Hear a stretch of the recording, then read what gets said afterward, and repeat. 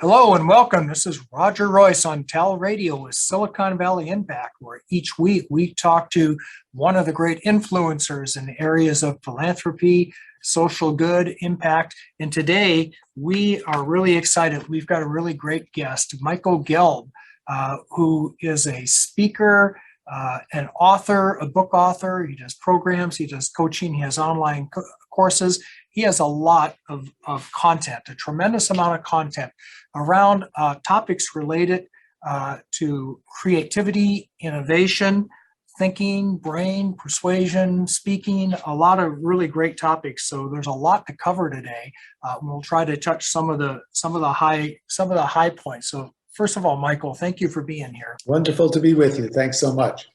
So I'm going to jump right in and just ask you, first of all, about your healing organization. I think that would be really interesting to our listeners. Can you tell me a little bit about what that is and how that works? Sure. Well, the Healing Organization, Awakening the Conscience of Business to Help Save the World, is a book that I co-authored with Professor Raj Sisodia. Raj is the co-founder of the Conscious Capitalism movement, and I've known him since the mid-90s when he was the director of the executive MBA program at George Mason University in Virginia. And Raj actually engaged me to teach creative thinking and innovative leadership to his executive MBA students, which I did a number of times. And in the course of those programs, Raj and I became friends. And a few years later, he published a book called Firms of Endearment, which was one of the first books that made the business school case for ethical, caring business. And when I say the business school case, it wasn't just that he did it in a kind of Harvard case format. He also demonstrated that those companies who are caring and ethical make more money. So that had always been my sense of why being engaged with business leaders. When I started my career, I had no clue about business. I wasn't interested in it at all. I was totally focused on psychology and the development of individual creativity and the fulfillment of human potential. But the funny thing was that businesses started to engage me to teach them that in the late 70s and early 80s. And I got engaged by visionary business leaders who were trying to make the world better by creating people-centered cultures and promoting diversity. This is way back in late 70s, early 80s. So wow, you were a pioneer then. That's really early. And there was no name for all of this then either, except that people thought you were crazy, the idea that business could help change the world. Yeah. But then Raj did the academic research with his colleagues and demonstrated, no, this was the future of business and the future of our society. The business had to play this role. So once we connected after he brought me in to teach these courses, we naturally just started working together. He invited me to be the master of ceremonies for the first few Conscious Capitalism CEO summits, and I gave keynotes at 5 or 6 of their global conferences. And one day we just said, we need to write our book together. And it's not just about conscious business, it's about business as a force in healing society. Yeah. You know, it's really interesting what you just said about how ethical businesses tend to be more profitable and impact investments tend to do really well. It's just so counterintuitive. But, you know, I've seen that over and over again now. Why do you think that is? Well, I think people love them. That might be it. Yeah. I think people love them, and I think their employees love them, their customers love them, vendors love doing businesses with them, communities love having them. And people talk about love as this airy-fairy, woo-woo thing, but every tradition teaches us that it's the most powerful force in the universe. But here we see it manifest in the fact that these companies, like one of the companies we profile in the healing organization is called Barry Waymiller. And it was started by this amazing guy named Bob Chapman, who was who's running these pretty boring businesses in the Midwest, doing things like putting together paper boxes and paper pulp processing sort of thing. And a lot of the businesses that were being shut down and outsourced to China and Latin America and so on. But Bob was buying these companies. And one weekend, he happened to be at church, and he had this epiphany. He realized that he and the other members of his congregation were basically under the eye of their minister for an hour a week. But he realized, he said, the people who work for me are under my care for at least 40 hours a week. What am I doing to make a difference in their life? And so he shifted his model that business could be about healing. It could be about helping these communities whose jobs were being outsourced or people were depressed. So he's now bought, I think he's up to 130 companies. Yeah. He's never sold one of them. He basically rehabilitates these businesses. He's created a phenomenal leadership training program to develop human potential. And he's made 17% a year since he started doing this. So wow, it's awesome. Why would you not do, once you can be caring, you can be ethical, and you can do that consistently. You wouldn't waver. You wouldn't change it. It can't just be fake it. It has to be for real. Bob's for real. Yeah. No, that's really amazing. That's really good stuff, and probably the future where companies are going to go, where they have to go. That's where we're trying to inspire them to go, and they need to go a little faster. And Michael, I know you've written another book called How to Think Like Leonardo Da Vinci. How did that come about? And did the healing organization somehow lead to that? Well, the healing organization was what I always had in mind as the underlying vision, mission, purpose of what I was doing, to help business become more creative, compassionate, and conscious, to help make a difference in the world. But most of my career is focused on teaching creativity and innovation skills to businesses, and the healing organization didn't really become a lead part of my message until I published that book. It was always the underlying philosophical, intentional background. So the skill I taught to get in I used to think of myself as a Trojan horse, get into the walls of the city because your company needs to be more creative and innovative. And then while I'm there, maybe I can teach you to have a higher purpose and be more humanistic. But you have to be able to deliver the goods in terms of being able to teach people to be creative. And there's nobody more creative in human history than Leonardo da Vinci. So in 1998, I released this book called How to Think Like Leonardo da Vinci. And fortunately, it became a global bestseller. It's in 25 languages, and it's still going strong. People write to me pretty much every day and say, this book changed my life, and I didn't realize I could be so creative, and my kids are reading it. We teaching it in our school system. So, Leonardo's the archetype, the ultimate global archetype for the fulfillment of our potential.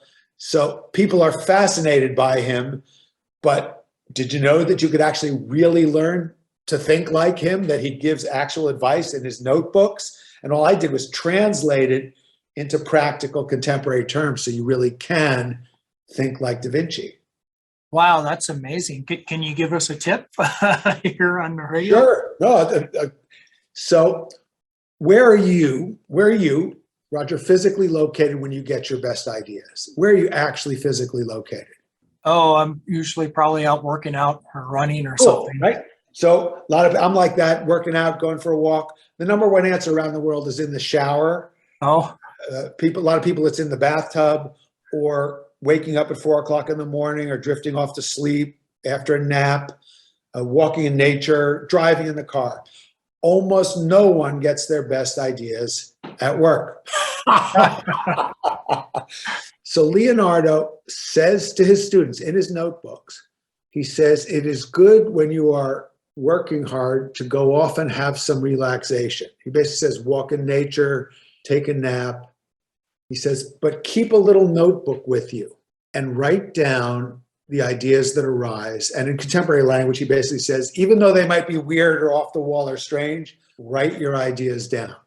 So we know that Leonardo's notebooks, we have about 7,000 pages. We probably lost 7,000 pages. We're probably about 14, 15,000 pages altogether. Bill Gates paid $30.8 million for 72 pages of Leonardo's notebooks back in 1994. Wow. And the practical message is really simple. If you want to develop your creative thinking, your intuitive mind, begin to tune into, well, where are you when you get your best ideas? You're usually by yourself and you're relaxed. Yeah. One way or the other. You're out of your habitual mode of thinking. So have a little notebook with you, or just send yourself a text message or a note on your device. Yeah, we have devices now. It's easy. Yep. Everyone's always got one.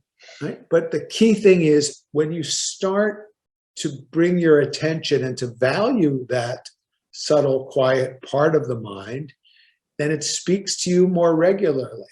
And it's a effortless and enjoyable way to begin to nurture the depths of your creativity. I see. Yeah, well, that's great advice. If Bill Gates paid that much money for the notes, they must have some value in it, because he can definitely see around corners. Well, yeah, he paid $30.8 million, and I think on Amazon my book will only cost you $12, so you're making money. Yeah. How to Think Like Leonardo da Vinci, 7 Steps to Genius Every Day. Well, I can't wait to take a look at that. It sounds really exciting. You've done a lot of other things, I've noticed. You touched on a couple of them, creativity and innovation, and that certainly is something that we like to think Silicon Valley, where I'm based, is based on people's innovation. Is that the kind of thing that people can learn as well? Like they can learn how to think like Da Vinci? You can learn to think like Da Vinci, and you can learn to innovate like Edison. So the Da Vinci book came out in 1998, and 6 or 7 years later, I got a call. This woman said, hello, I'm Sarah Miller Caldecott. I am Thomas Edison's great-great-great-grandniece. And she mentioned to me that she had read the Da Vinci book. She was very inspired. She wanted to talk to me. And she also mentioned to me that she had an MBA from Dartmouth's Tuck Business School. So in that nanosecond, I had an innovative idea. I thought, we should write a book together about Edison. I didn't tell her right away. I got to know her first. But indeed we did, because it helps to have role models for whatever you want to do. It helps to have models of excellence. If you want pure creativity and self-expression, Leonardo's probably the greatest. But if you want innovation, Thomas Edison is supreme by far. I mean, Edison, you got to think about this. He invented the technology and had the vision for 3 entirely new industries that changed the world forever.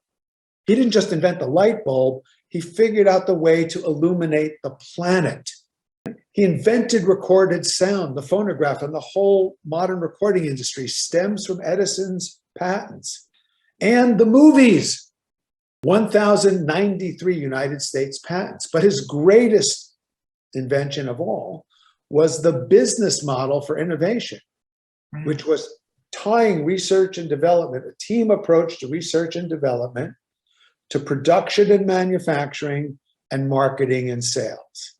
Now, yes, Edison was flawed and he had problems, and so does everybody ever in history. So I don't want to waste time critiquing him because he made some huge mistakes. So did everybody else. But you tell me who else created 3 entirely new industries that absolutely changed the world forever.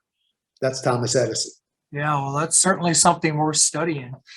Can you tell me a little bit more about that? I know you've got some stories about how that book came to be. Sure. Well, when the book came out, I was interviewed by USA Today, and the reporter asked me if Da Vinci and Edison got together, what might they ask each other?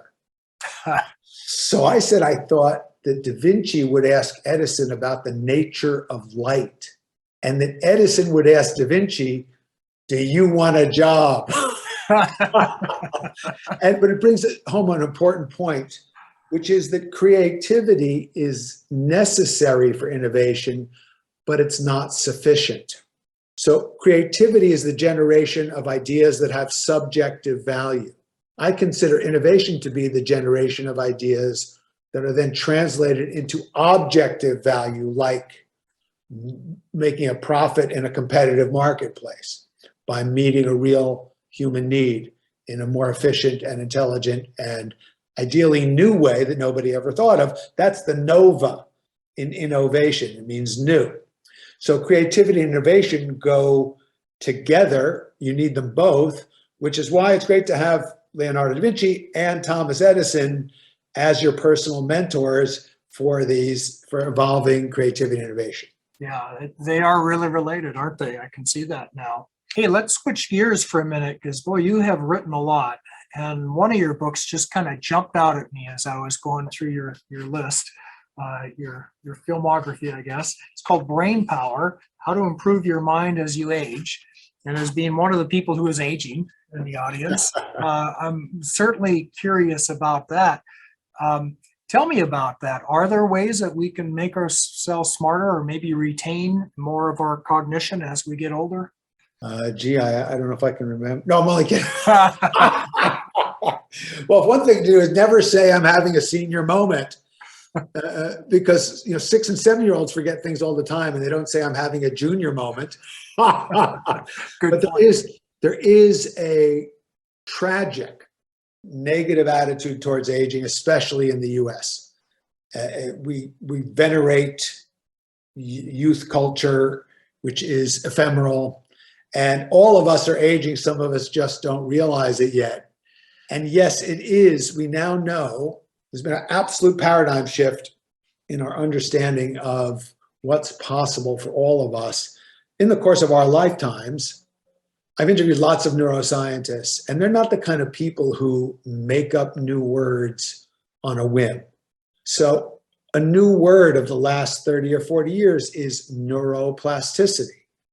Neuro brain cells, plasticity, changeable, adaptable, flexible. So we now know that you can develop your brain as you get older. There's another new word that they coined, neuroneogenesis. You can generate new brain cells as you get older.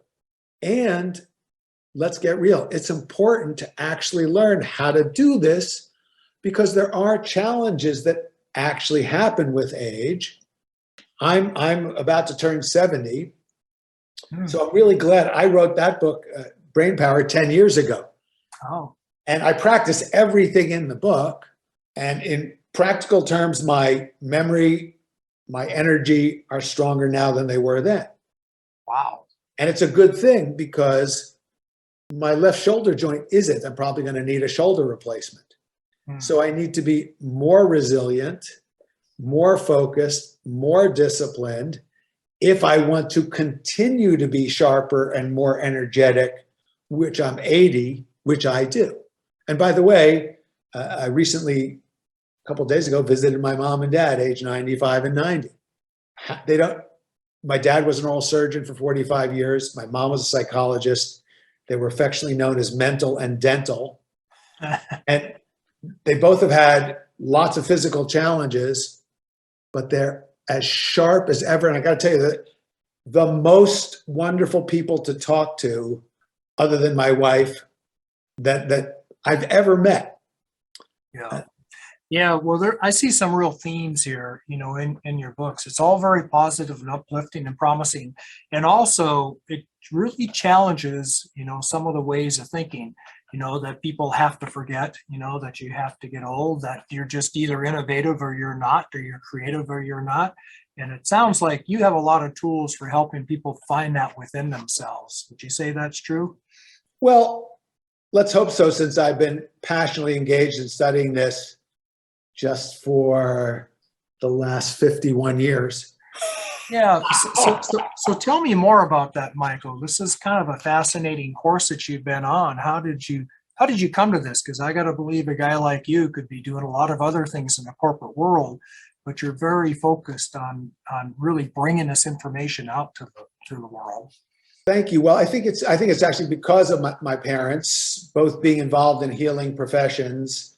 It never occurred to me to do anything that wasn't about healing.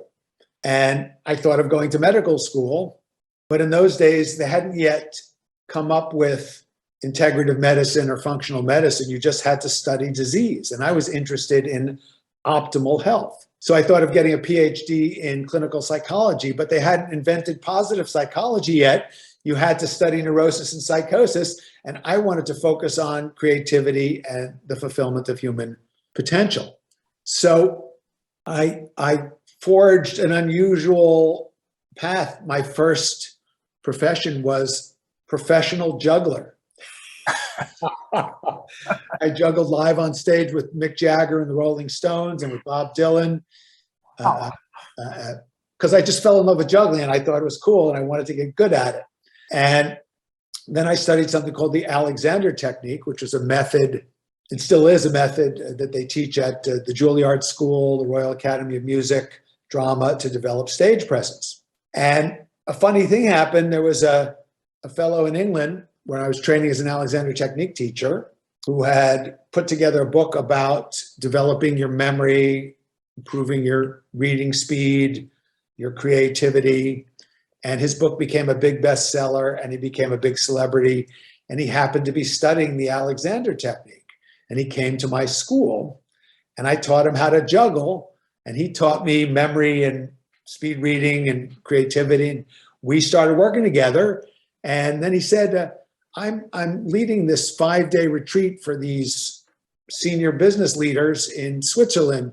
Why don't you come? So I came along and I taught them how to juggle and I taught them what I knew then about creativity. And they said, let's have this young American guy on all our programs around the world. So I just started flying around the world, teaching people who were twice my age how to think creatively. And now I fly around the world and I teach people half my age how to think creatively. Well, the more things change. Okay, well, that's awesome. Well, before we let you go, I just want to let the audience know that you do more than just write books. It's, as you were saying, you also do teaching, you do coaching. It looks like you have some online courses. It looks like you're a keynote from time to time. So if people want to learn more about you and some of your programs and your books and your articles, how can they contact you? Thanks very much. It's michaelgelb.com. That's GELB, michaelgelb.com. And you can write to us through michaelgelb.com. There's lots of free articles, free videos, all sorts of cool stuff. You can even learn how to juggle. Awesome. Okay, well, thanks again, Michael. This is Roger Royse on Silicon Valley Impact with TALRadio. We'll see you next time.